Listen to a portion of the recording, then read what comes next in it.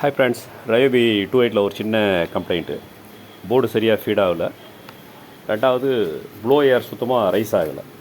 Compressor ரொம்ப struggle பண்ணுது, அதே லோட் ஆகுது. ரீசன் என்ன அப்படின்னு ஜஸ்ட் அனலைஸ் பண்ணி பார்த்தோம்னா ஃபில்டர் வந்து fully choke.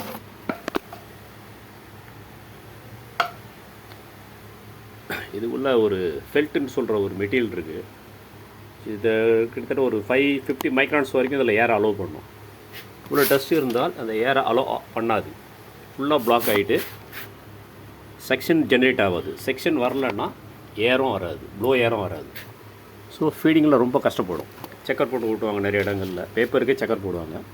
Just main one of the reason இங்கே தான் ஸ்டார்ட் ஆகும். அதனால் மந்த்லி ஒன்ஸ் இதை கிளியர் பண்ணுங்கள். இந்த ஃபில்டர்லாம் டஸ்ட் இல்லாமல் கிளியர் பண்ணிக்கங்க.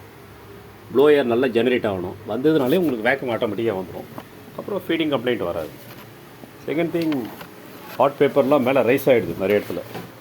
இந்த கேம்ப் செட்டிங் சரியாக இல்லை, கேம்ப் சரியாக இல்லைனாலும் இம்ப்ரெஷன் சிலிண்டர் ரிலீஸ் ஆகிறதுக்கு முன்னாடியே டெலிவரி கேட்ச் ஆகாமல் வெளியே போயிடுது. ஸோ கரெக்டான செட்டிங் போட்டிங்கனாலே இந்த ப்ராப்ளத்தை சால்வ் பண்ணும். Okay friends, best are right.